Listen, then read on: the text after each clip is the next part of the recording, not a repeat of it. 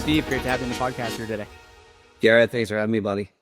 Let's kick things off. So this happens with some of our guests, but more so with you. I've been following your content and what you've been doing for a while, so I'm excited that we're able to have you on here. Let's kick things off though for those that maybe I always say there's probably some of the audience that's getting to know you for the first time. Hope Luck somewhere has not heard of FT Farmers, right? so. That you could have not been hit by our emails. Yeah. For those people, tell them a little bit about yourself and FT Partners. First of all, thanks everyone for joining, and Jared, thanks for doing this. So Steve McLaughlin here, founder, CEO of Financial Technology Partners, FT Partners for short. Started the company in 2002 after a big career at Goldman Sachs, doing nothing but fintech. So I've been really doing fintech for a very long time, and really started back in the dot-com days. But the more modern version of FT Partners is, we started 23 years ago, and we're now 225, 250 people, plus or minus. We're global. We're an investment bank. So we help companies, primarily private companies, but also public companies, do one of a few things. It's either raising private capital, sell-side M&A, or the occasional IPO advisory. And now that we have equity research, we're working on more IPOs, so we can be on any IPO in the world. No interest in becoming a lead left underwriter, whatever the case may be. We just being in the syndicate, helping get the word out there. So we're on a bunch of the IPOs that are coming down the pike. So, we work on early stage deals. So we worked on a lot of deals where the company had $1 million or $2 million in revenue, and now they're worth, 5, 10 billion. We get hired by companies worth 5, 10 billion today. Like a Revolut, we raised $1 billion plus for them in a single round at 33 billion. And then we'll do everything in between. So really stage agnostic. So early stage all the way to very late stage, very large companies, and everything in between. We're also geographically agnostic. So even though we have 3 offices in San Francisco, New York, London, we are executing deals right this second in Africa, Saudi Arabia, Japan, Australia, Europe, LATAM, US, Canada. Just got hired by a company in Canada. We've done a lot of deals there. So really geographically, completely everywhere, and across all of fintech, it's across the world. So meaning like whether it's the lending side of the world or payment side of the world or insurtech, even healthcare and revenue cycle management, prop tech, crypto, you name it. There's sort of like 10 full verticals that we cover, and we kind of break it into 10 geographies. So the company becomes like 100, grid between the verticals and the geographies that we focus on. And then within that, like I said, we do the cap raising and M&A. So that's it, and we do a lot of investing on the side. We don't talk about that too much, but we've invested in over 100 companies. And we're in sort of 50, 60, 70 funds as well that are in fintech. That's more on a personal basis. But, we're kind of building a big, giant ecosystem of connectivity around fintech, and that's what's propelled the business. I love it. Thank you so much for that overview. That was, and congratulations on everything so far. It must be so cool for you to see how things have grown, obviously, but also just, I mean, your growth has kind of aligned with just the growth of the industry in general, right? Because you were so early in this space. You were involved really at the earliest point where probably a lot of your conversations around fintech were, maybe you laugh now when you think back to what they were. Well, Let's what's amazing is there's so many points in time where people have said fintech is dead, or everything that could be invented has been invented, right? And if that's been said many times about a lot of industries, but fintech is just one of these sectors, right? That I always say, like, it's not really a sector; it's like a moniker. Like every company in financial services wants to be fintech, is being disrupted by fintech. And if you listen to some other people, will say every company is ultimately fintech due to the embedded finance or embedded lending or embedded payments or whatever the case may be. There's just it's a really big sprawling world. And when you think about the sprawling world of fintech, and you think about what fintech ultimately is at the core, I mean, financial services, and there's many, many types of financial services, right? There's nothing really tangible about financial services. It's all bits and bytes. It's all risk. It's all data. It's all analytics. Of course, there's physical credit cards and ATM machines and things like that, but they'll be soon gone. And it's all going to be 100% digital, right? And so when something is 100% digital, there's just infinite amount of iterations and improvements you can make to any particular part of the ecosystem. And I would be very, very serious to say I can't think of a single area of fintech that's been somehow optimized and connected, and integrated and fluid. So we're entering this world where everything's kind of sort of getting electronified, but that's, I would say, sort of. and getting a little bit global. Things are getting interconnected. You got guys like Plaid that are helping the connection layer and the data layer, but they're not doing too much in the transaction layer, right? And then there's people that are resistant to things like that. So until it becomes ultimately global, ultimately fluid, I mean, apps don't talk to each other on your iPhone, right? Your B of A app doesn't talk to your Wells Fargo app, doesn't talk to your E-Trade app or your Coinbase app or your Robinhood app or your Revolut. It's all, everything is super, super siloed. So there's so many more iterations to go in development of like fintech companies. And of course, you had the rise and fall of different levels of fintech in different areas. And, it was always going to be winners and losers. But I'm never ever been more excited than I am literally today, because I see it. I mean, we're talking to hundreds of companies a day across the firm, and there's a lot of companies that aren't doing that well, but that's fine because that's what venture capital is. But there's massive promise in new models, and with, of course, we'll use the buzzword of AI a lot, I'm sure, here today, or in any conversation about the future of anything. But yeah, space is actually doing really well.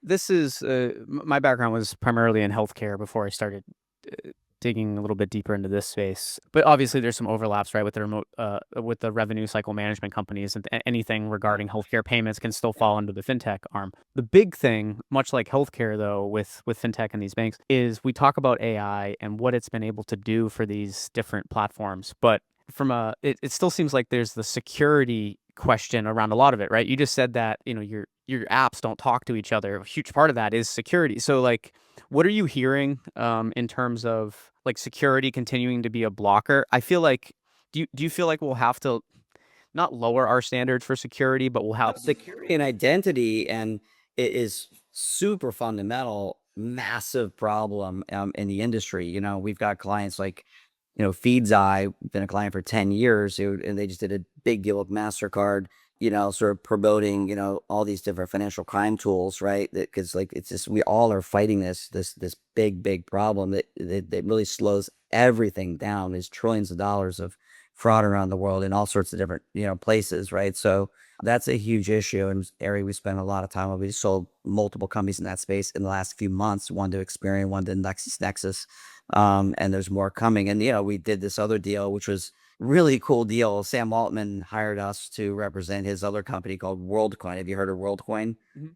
WorldCoin, they have the orb that sort of like, takes a retina scan and then digitizes that. It doesn't actually digitize your retina, but it digitizes a code, that the token. It's and they aim to have every human being on Earth effectively, in the platform. And if that was to ever happen, which would be great if it does, but it's a longer story. Then you really solve the identity problem, the humanness problem. Like, is someone a human? Am I even talking to you? I don't even know, literally, is this you or not? But if I demanded that anyone I talked to, was validated on, with WorldCoin, then you would be validated. I would know it's you, and you would know this is me. Am I here? No. Yeah. So, yeah. And, there's a glitch in the matrix, but, no, it's a huge problem, and it's nowhere near getting solved. I mean, even if WorldCoin is wildly successful, it's still going to take many, many, many years. But that's their thing. They think it could take many years, but you could have, ultimately 10 billion people on the system. And the idea is, if you're not in a system like that, right, then you're outside the system, right? So if it takes me 20 extra minutes to sign up for a Gmail account because all these different checks and things like that, or if I get locked out of my Gmail account and I can never get in ever again because they just don't know if it was me when I signed up or if it's me when I'm trying to recover my account. So identity and fraud and all that kind of stuff is insanely huge problem. It's not the only problem, it's just a very big one. You mentioned earlier you brought up IPOs a little bit, and it feels like I would love to hear your thought process on where are these founders, like what are they thinking in terms of IPO? Because it seems like we've expected for years and years and years certain companies in the fintech space to eventually go public, and then they just keep raising more private capital. Do you think this trend will continue, or will we start seeing even some of the larger companies decide to go public finally? I mean, like I've been saying for 20 years that I think, as long as you can stay private, you're probably way better off. And David Solomon just started saying this at Goldman Sachs like 3 weeks ago that you can stay private for a long, long time. The amount of private capital that's available is semi infinite, right? And I think the view is, you know, It's just a cynical view I'll throw out there that companies go public because they run out of, ability to raise private capital, or they think they can top tick the market in the public markets, or they just need so much capital on a regular basis to make acquisitions. It just makes sense for a lot of companies to, like Nvidia probably wouldn't be the best private company, but there's also been articles out, and we've talked about the first $1 trillion private company, right? You look at SpaceX and others, and that could easily be $1 trillion private companies, because there's so much capital. Look at OpenAI, right? These guys are raising 20-30 billion dollars at a clip. It's out there. People want to back the winners. Revolut has raised multiple billions of dollars in the last couple of years privately. I don't think they've got any interest in going public anytime soon. Stripe is on the record saying they don't see any reason to go public. Bloomberg is not public. I mean, these are $100 billion companies. They could be two, three, four, $500 billion companies as well. So yeah, I mean, I always say like the public market it's a bit painful because I'm sort of on the record as saying the public market is the equilibrium of what everyone on earth ultimately thinks a company is worth. And you have very limited information. You've got very sporadic levels of data. You've got illiquidity fears. You have no access to CEO outside of publicly available information and full disclosure, which is generally historical facts and really very little projections or forward-looking statements and things like that are very guarded and limited. So, versus the private market is what would the one or two highest paying people in the world pay who got full visibility, full access, full storytelling, 2-3 months of diligence, right? And can make a really solid long-term decision about investing in a company. That's almost always going to be a better valuation than the equilibrium of all the lovers and haters of a stock, right? You have no information other than public information, which is pretty weak. It's funny too when we talk about publicly traded company, like, the mantra like buy and hold, right? But to me, the public markets were still it's just so much short-term thinking compared to these private investors, right? It shouldn't be that way, but it is. And it's frustrating. I've worked with a lot, like I've spoken with a lot of the publicly traded companies. The conversations are not as good, because they have to watch out what they say, and that must be for founders and for these executives so annoying. Like, because they want to just rave about what they're doing and really tell the full story, and they can't. Which I'm sure that's why a lot will still stay private. Well, basically, there's been a huge backlash. I mean, if it's a public company, you make any kind of statement, even earnest statement about what you think you're going to do in the future, and you don't hit that thing, right? Then people will say, okay, this guy's not credible. He or she's not telling the truth, or like I can't trust him, and therefore I'm going to just punish the stock. I'm going to sell out. I'm going to hate sell it, and there's so these short-term type things that people kind of predicted don't happen. It can be kind of quite a bit spiral for the company. So they're very, very guarded in what they say.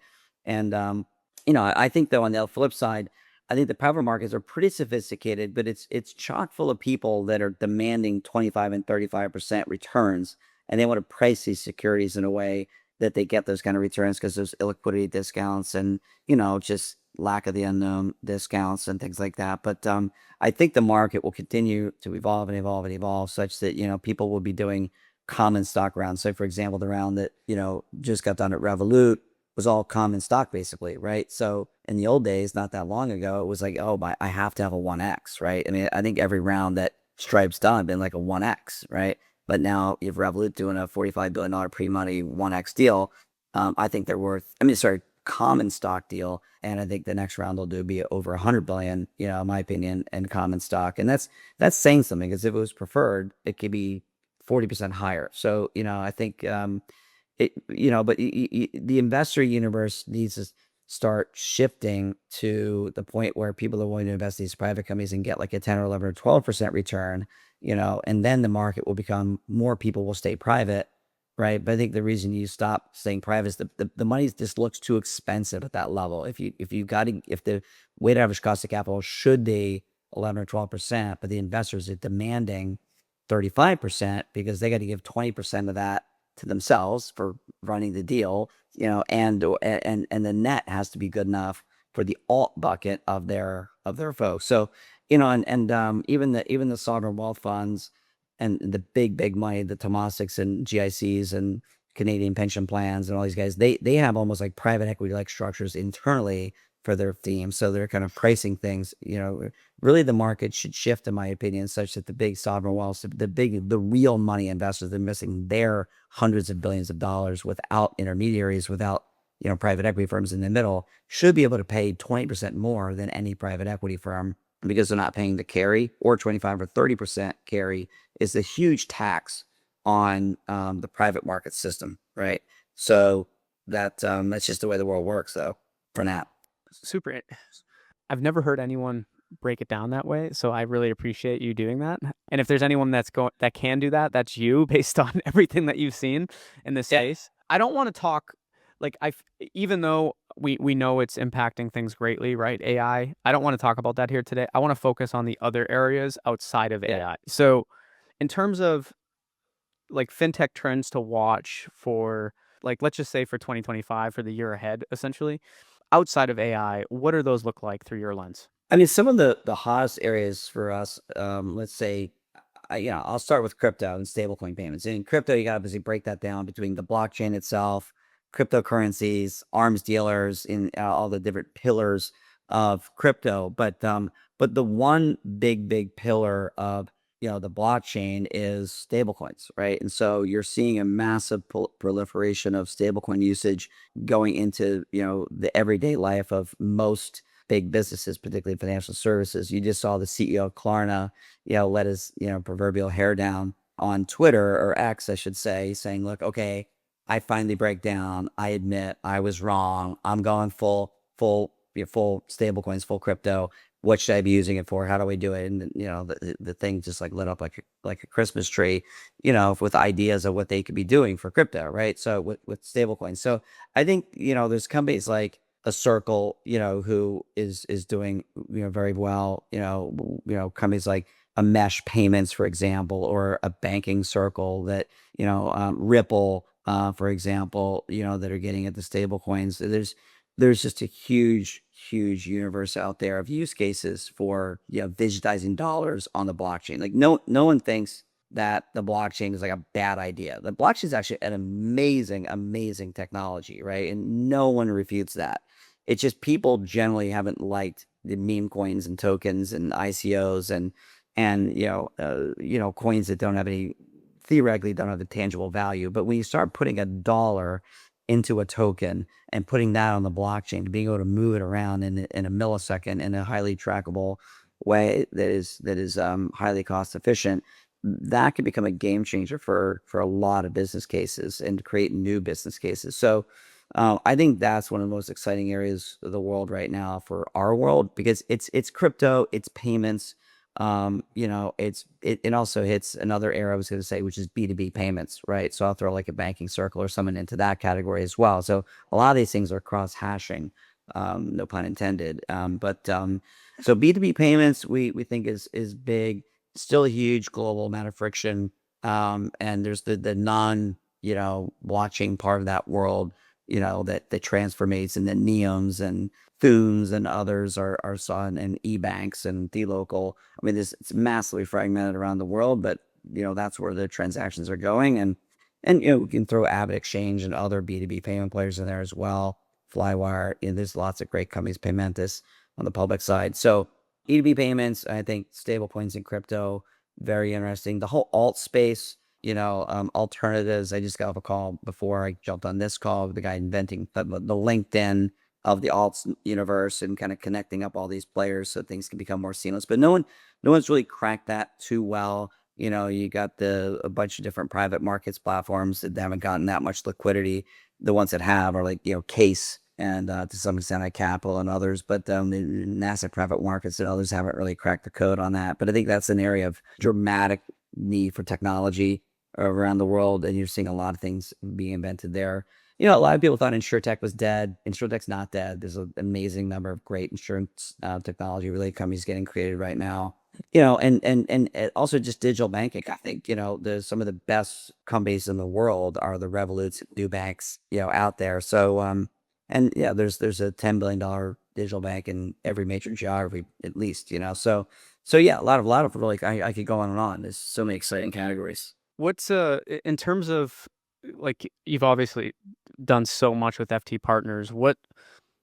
when you looked out at the year ahead, though, what's kind of next, or what's anything you can share for us that continues to drive you forward and loving what you're doing? I can tell you love what you're doing just by everything you're saying, but we'd love to hear that from you as we wrap up here. I mean, I think for me, it's like, it's not about the money or the franchise or this deal or that deal. To me, it's about the people. It's like the clients. We really, really love our clients. It's our team. I mean, these are like brothers and sisters to me. I mean, a lot of them been here 10, 15, 20 years, you know, and, I joke around my wedding 5 years ago, half my, friends were clients, so to me, it's more just all about the people, like meeting like guys like you and, people that are just like lifelong friends now, team members wise, clients wise, investors, that's, it's all kind of intertwining, so I'm excited about the future of the relationships, future of FT partners. And, maybe, we'll be here 30, 40, 50 years from now, run by all the guys that are running it today. And that's the goal. So, build an everlasting franchise around the world of, the best fintech investment bank in the world, and giving insanely good, highly, sought after services, and yeah, just making people a lot of money. 50 years from now, it's going to be run by your AI clone, Steve. Like, Exactly. Exactly. The AI clone will be right, and they'll be doing a podcast with your younger self, and there you go. exactly. Yeah, you'll be able to World pick. of avatars. Yeah, you'll be able to pick your avatar. Like, what year did you want your avatar from? Exactly. I'll break Yeah. 2 blocks. All my meetings will be in his avatar. So yeah. So You love it. Steve, I'm so glad that we were able to connect and have you on. Would love to do this again in the future, especially as some of these I'm sure announcements come from a lot of the companies that you cover. yep. Really appreciate it. Thanks so much for joining us here today. Now, thank you so much, Jared. Bye, everybody.